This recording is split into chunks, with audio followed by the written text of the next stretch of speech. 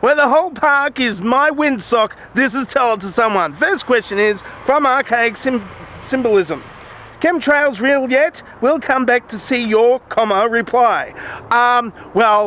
Not yet. Not yet. They will be at a point where they find an actual reason to put chemicals in the upper atmosphere using airliners only between major airline hubs, and then they find this reason, and then they come up with a way of reimbursing the airlines for all of the wasted fuel and the money that they would have made from the passengers they would have put in the planes instead of putting these chemicals in the planes instead. And then maybe they will be real. Maybe. Next question is from Mitch Crane. When the moon is in the 7th house and Jupiter aligns with Mars, will bees really guide the planets, or is that just an urban legend? Why can't we have both? Uber Goober asks, is it true a ginger can call another ginger? Also, is the name Ginga more appropriate? You can't use that word. You can't. I can use the word ginger. Or, in the case of another ginger, they're my ginger.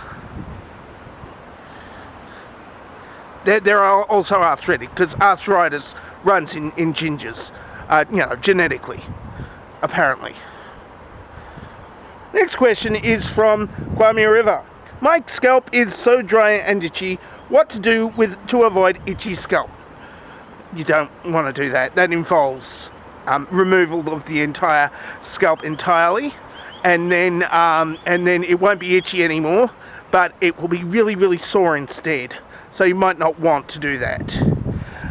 Your Nastiness asks, how much more hemp will we need before this is through? It will depend on the quality of the hemp, how dank the hemp is, and how much cancer we've got to fight, because apparently hemp fights cancer as well as being industrially useful, if you trust the tea towel that I bought in that hemp shop. Next question, the one that has the special things, that sell the special things that look like skulls but aren't skulls and have an opening in the top. Those hemp shops. Next question is from Wombat and Charlene. They don't sell actual hemp unless it's clothes, and then you can't smoke them. Wombat and Charlene. I'm thinking of calling my next dog Pavlov and making him sit outside the bakery when they make the most delicious pabs. What Lamington to do? Well, look, your cat Schrodinger might or might not object. That's all I'm saying. Next question is from Empirical Mind. Of all the questions science hasn't yet answered, which one will you be answering? And do you expect a Nobel Prize or at least a shiny? Well, I'd have a shiny cup if I polished it enough. Apart from that, no.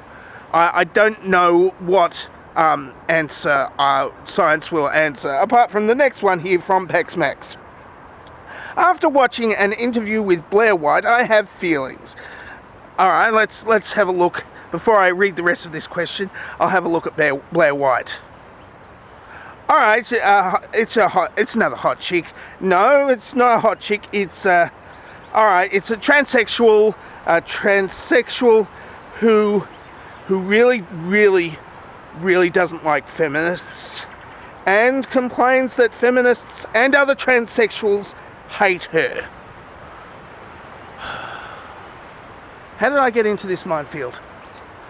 Okay, the question about is about a gender issue which spills into my interests in cars.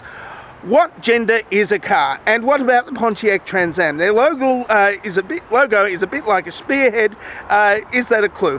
BMW have a logo like a camel toe. Is that another clue? I would like to hear your wisdom on this conundrum. Well, if you have a look at the Pontiac Trans Am, they haven't made them since 2001 or 2002 or something. Anyway, they haven't made them since 2002.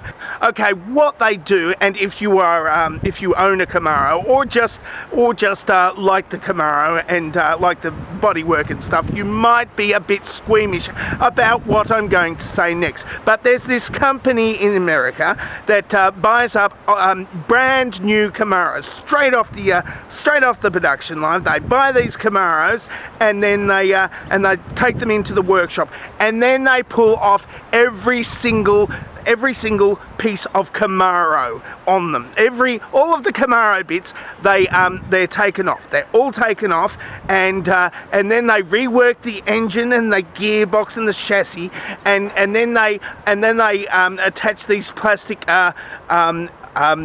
Trans Am bits, and all of the Camaro bits are taken off and replaced with Trans Am bits. And this is fine. This is absolutely fine. It makes a really good car, but it doesn't quite look like a Trans Am anymore, or a Camaro. I mean the bumper looks plasticky, and the rear end is just not the right shape, and it's just not quite the same if you are used to driving around in a Trans Am and now you got a Camaro. I mean, but maybe the Trans Am was trans all along. I mean that would explain why that car on Knight Rider kit had a female name and a sexy body, but had a voice that was suspiciously male. That's it for Tell Someone for this week. If you would like to ask me a question, then ask me a question in the place where things are suspiciously different. Or you can answer this dovetail question. There's a dovetail question. It's well crafted. I haven't thought of it yet. Which is kind of surprising considering the subject matter of today. Yeah, you can go to the t-shirt shop if you want to go to the t-shirt. Nobody goes to the t-shirt shop. I don't even think I've got it down below. So I'm dangerously talented. I don't have a cool sign off. I should look into that thing instead of that thing.